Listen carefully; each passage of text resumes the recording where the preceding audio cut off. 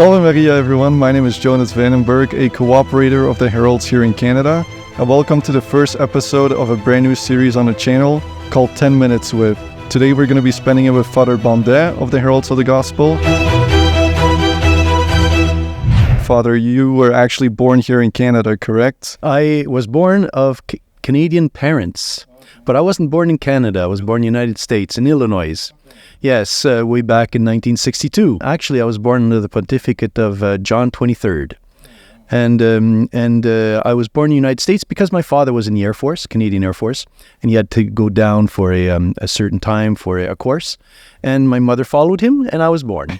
I stayed 2 months in the United States and came back to Canada. Okay. And so I'm considered Canadian. I'm also considered American because the Americans also recognize me as one of theirs. So I'm all American. Awesome, awesome.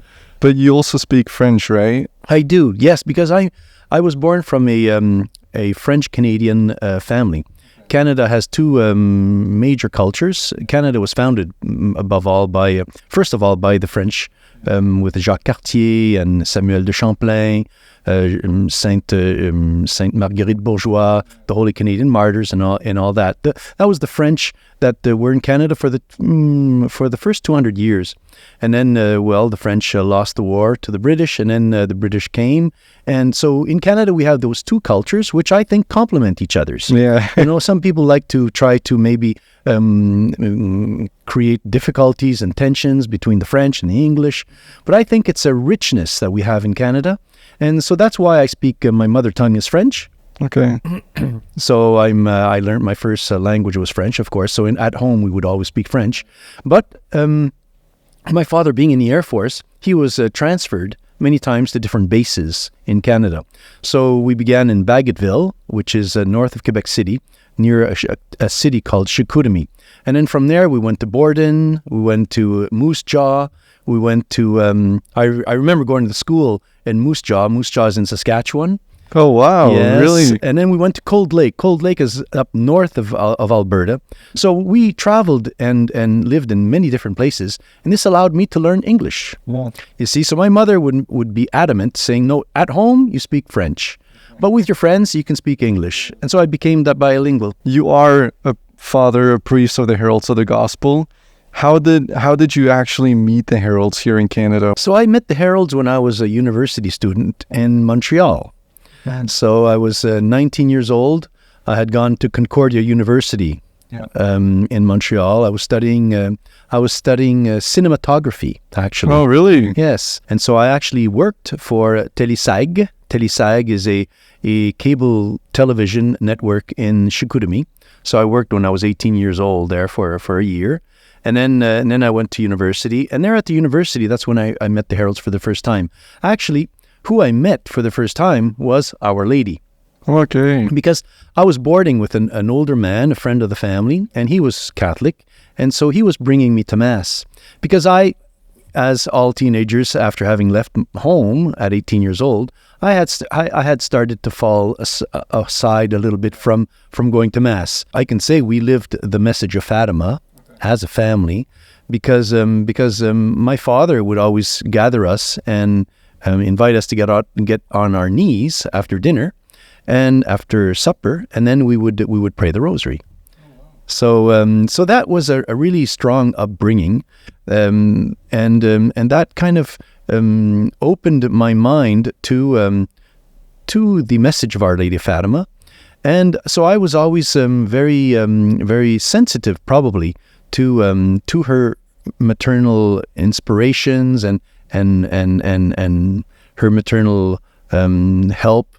So when I was in Montreal on my own, I had started falling off or falling away from the religion. But this older man, his name was Bruno, Monsieur Bruno Bertrand. He started inviting me to Mass. And so we would go to Mass on Sundays together, and he was a very, very knowledgeable man, and he would tell me all kinds of stories of France and of Catholicism, and so one day we found out that the pilgrim statue of Our Lady Fatima was going to be in Canada. This was way back in 1981.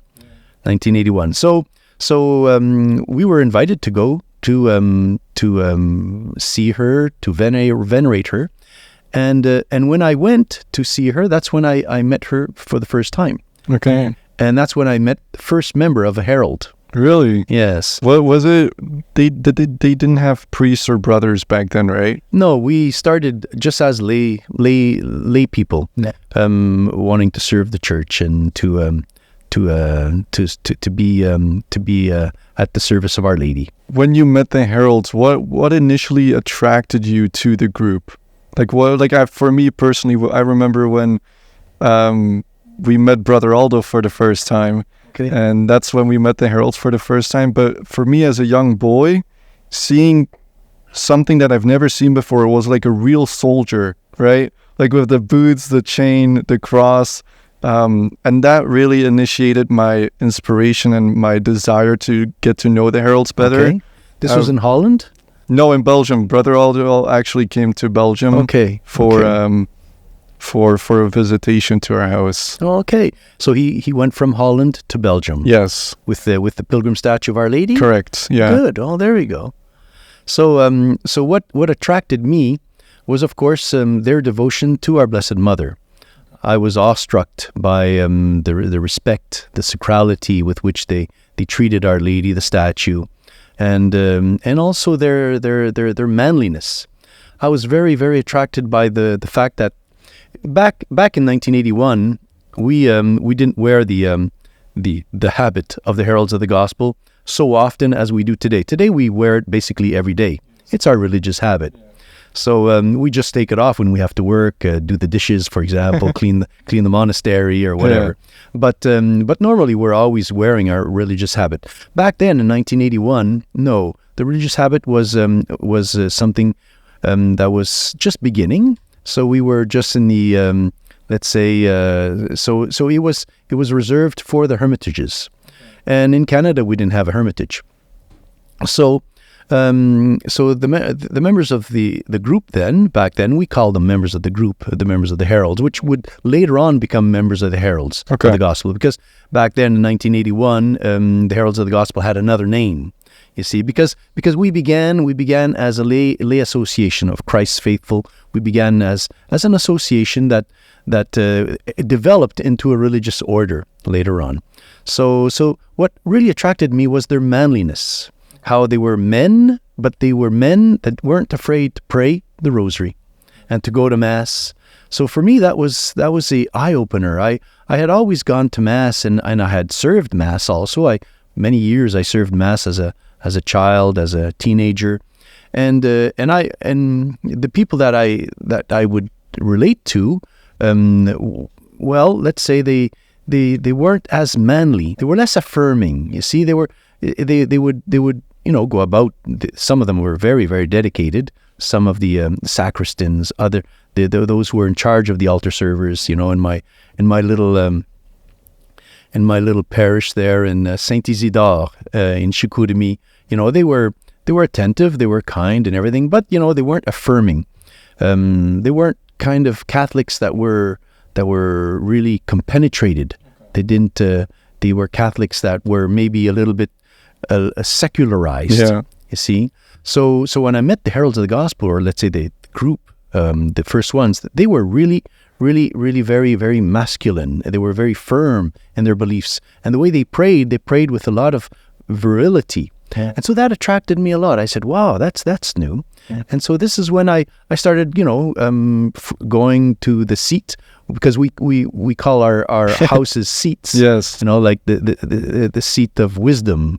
And one of the invocations of Our Lady she is the seat of wisdom.